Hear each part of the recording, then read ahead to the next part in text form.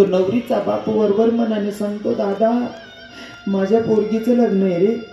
वरवर मनानं सांगतो माझ्या पोरगीचं लग्न आहे, पण अंतकरणातून आवाज निघतो, दादा काय सांगावं.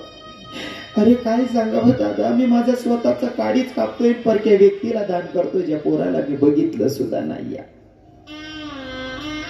दादा लग्न संबंध झाले, लग्न लागलेला, आता प्रसंग आहे तो विदाईचा. पोरगीला आता सासरी जायचे. काही काही नवरदेवाकडनं गेलेल्या बायाला वजनात असतात. त्या नवरी पोरीला सांगतात, ए पोरी चला आपल्याला निघावं लागतं. ती नवरी पोरगी सांगते, आत्या तुमच्या सोबतच येते, ताई तुमच्या सोबतच येते, पण एकदा माझ्या माईला भेटते, तुमच्या सोबतच येते. काय भेटते ग तुझ्या माईला? आत्या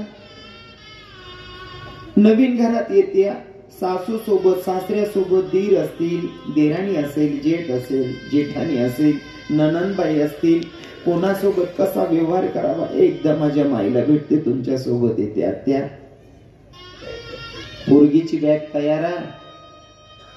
समदे नातेवाईक मंडपात आहेत, काका बाबा सगळे मंडपात आहेत. पोरगी नवरी पोरगी माईच्याकडे धाव घेते आणि माईच्या गड्याला मिठी मारते. पहिले तर सांगतो, ज्या पोरीला आपण जन्माला घालतो ना, ती कधी आपली माय होते आपल्यालाच कळत नाही. ती पोरगी माईला सांगते, आई मी तर चालली ग बाई सासरी, पण आई ऐक ना, माझे पप्पा जर तुझ्यावर रागवले ना, माझ्या बापाच्या बोलण्या का नको जाशील का? कारण माझ्या बापाला बाहेरचंही टेन्शन असतं, घरातलंही टेन्शन असतं. माझा बाप कोणावर राग करेल, कोणावर रुसवा करेल. आई माझे वडील जर तुला रागवले तर माझ्या बापाला समजून घेशील गे माय. ती माय सांगते, बेटा तू सांगते ना तसंच वागेल, पण ऐक ना लेकी, तू जाते ना बेटा सासरी, जा.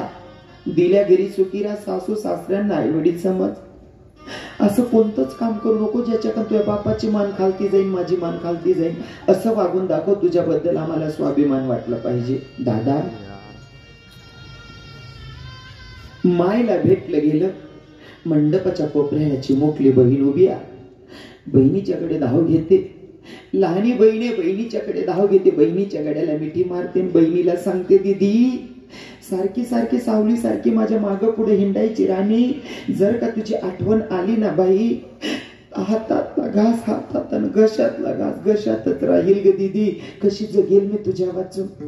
दादा बहिणीला भेटलं गेलं. मंडपाच्या कोपऱ्याला भाऊ उभा.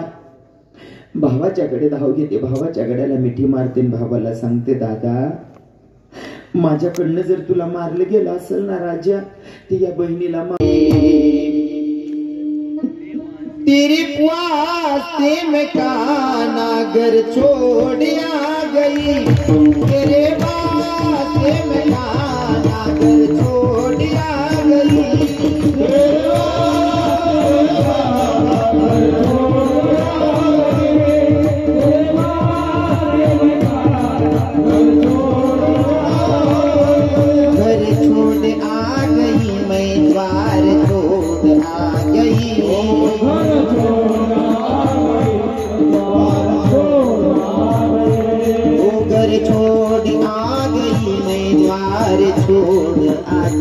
क्या बात है।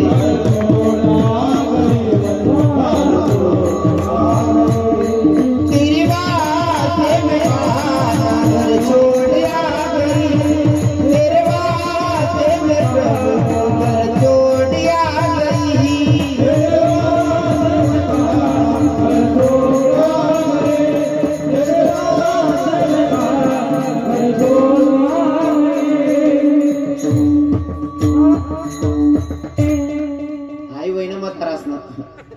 आता तरुण पोरच लाड भजन म्हणा सांग का, या बी आड भजन म्हणतात नाही. यासले एखादी पोरने जर व्हॉट्सअपले इंस्टाग्रामले ब्लॉक कर, या पडेल बी तडा नाडे बट्टस आणि तटे म्हणतस या पाखरा आजाद केले तुला. तू नाही आजाद करा रे भाऊ, ती ऑलरेडी आजादच होती रे. तिने फक्त तुले मोबाईल न रिचार्ज मारण करता तरी ठेवलं होतं, भारत सोडून. उलट ती लगीन करीन जास 3 वर्ष मतात नेसा एक वरीस ना पोरगा कड्यावर रास हाव चौकमा बडेल रास तिना एक वरीस ना पोऱ्या सांगत बघ बघ मामा कसा बसलाय कत जाय तू ना पाखरा हो उलजेल वावर. अरे ते पोरीसाठी म्हणण्यापेक्षा आपले भाव होतायचे त्याच्यामध्ये जसं की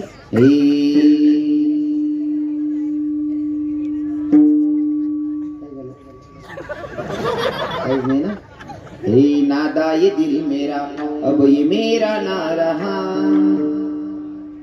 नादा ये दिल मेरा अब ये मेरा ना रहा देखते ही देखते हवाले किया